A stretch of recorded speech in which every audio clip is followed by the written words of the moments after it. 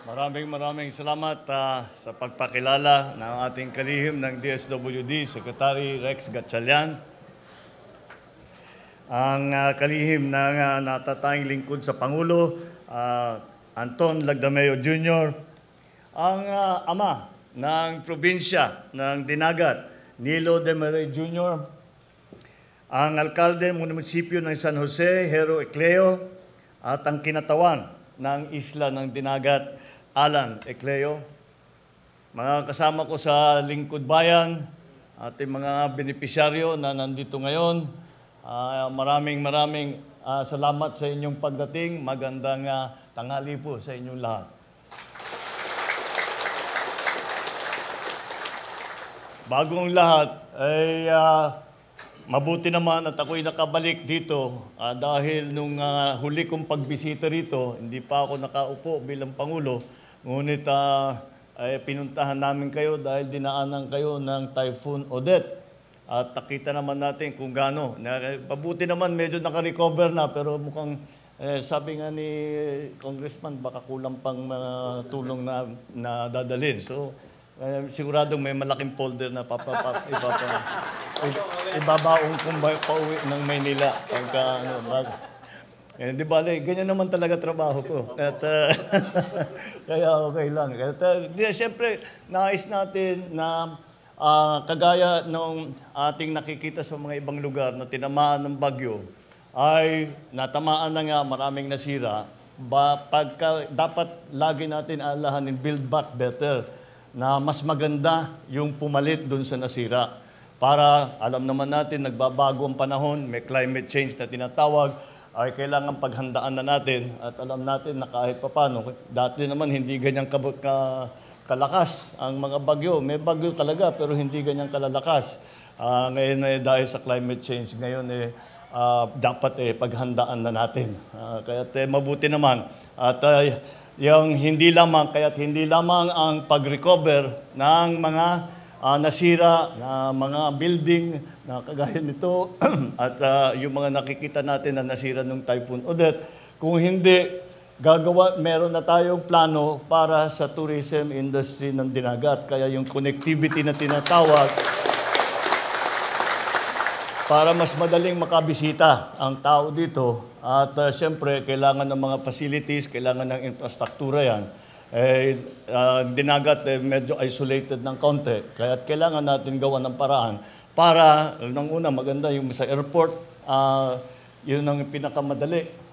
Pangalawa, yung Roro. Lahat ng nalagyan ng Roro, nagamit ng husto yan.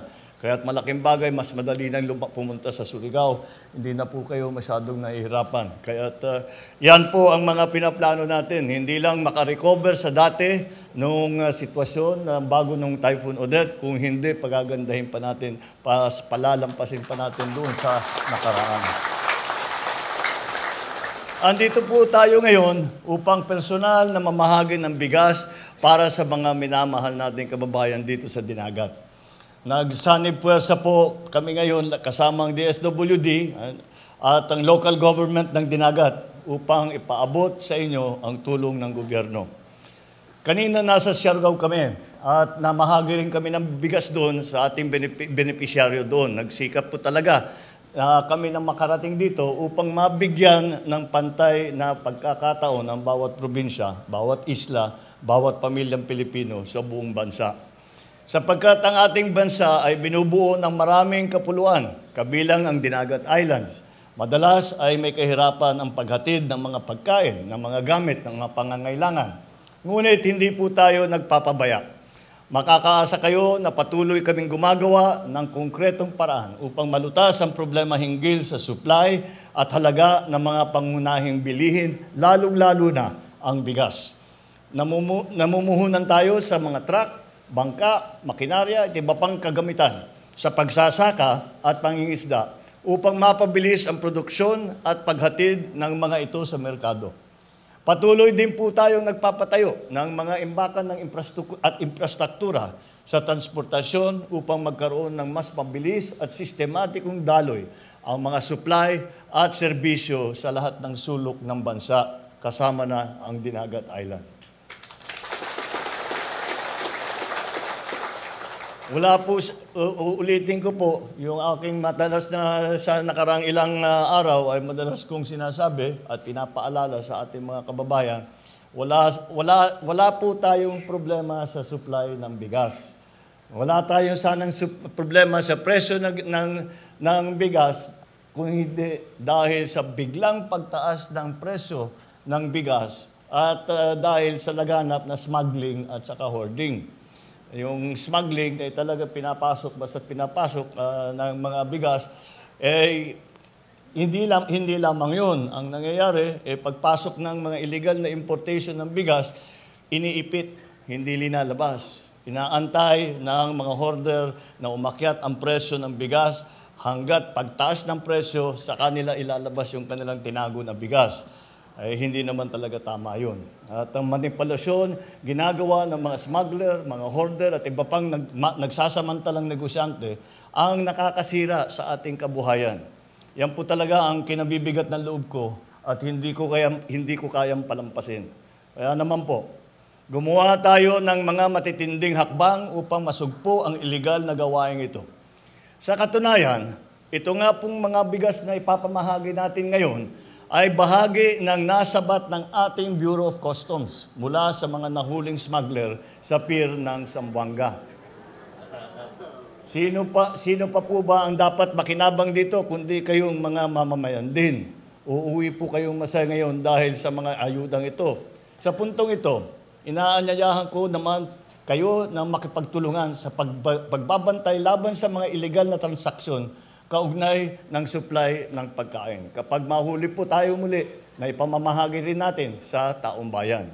At hindi po kaya pamahalang ito na mag-isa. Hindi po kaya ng pamahalang nito ng nag-iisa. Asahan po natin ang patuloy ninyong kooperasyon sa paglutas ng ating mga suliraning panglipunan. Ito po ang ginawa po natin dito ay nahuli nga, nahanap ito sa Zamboanga, nakita ng Bureau of Customs natin.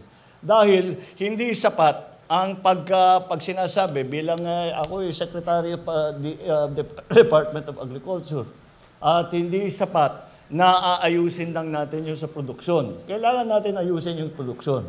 Ngunit sa kabilang panig naman ay kailangan din natin bantayan itong mga smuggler, itong mga hoarder dahil sinisira talaga nila ang kabuhayan ng tao, lalong-lalo na yung mga pinakamahihirap at pinakanangangailangan na tulong ng mga Pilipino.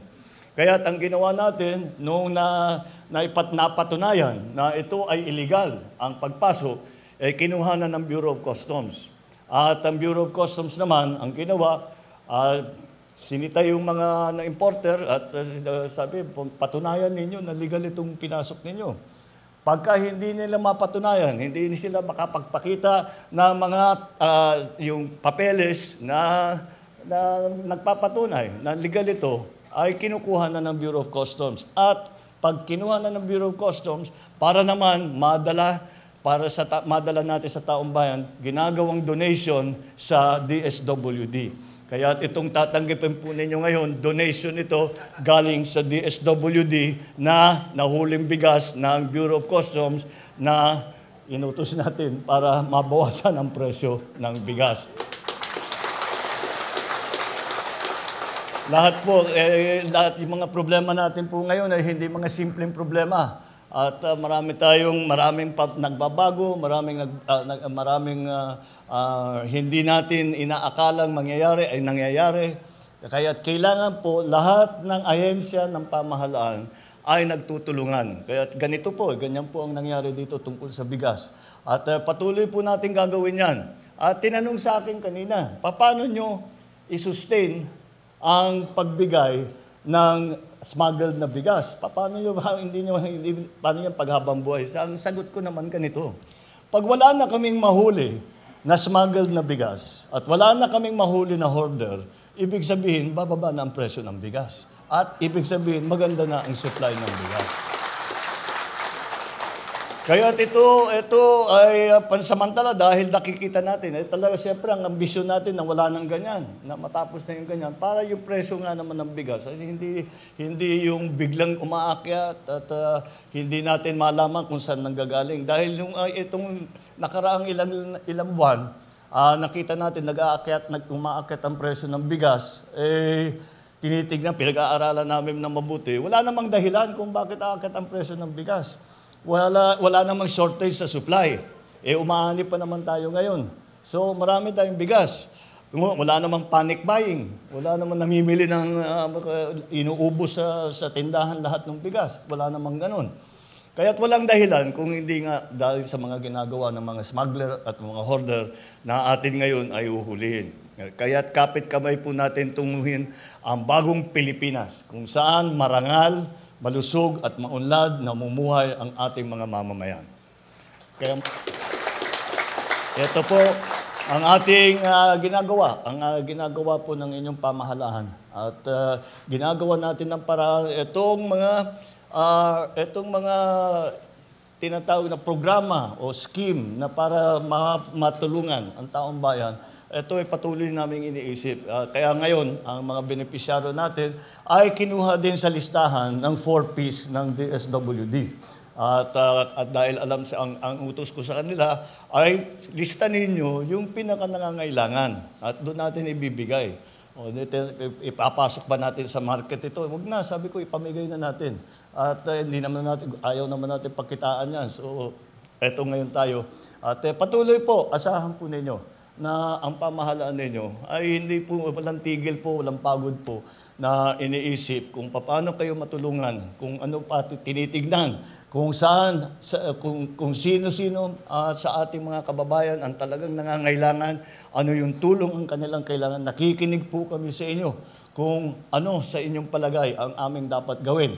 Kaya't asahan po ninyo na kami po ay walang pagod na tuloy-tuloy na naghahanap ng paraan na matulungan lahat ng ating kababayan, lahat sa inyo na kahit na may kahirapan ng buhay, ay kahit papano makadulot naman ng kaunting ginhawa at tulong sa inyong lahat.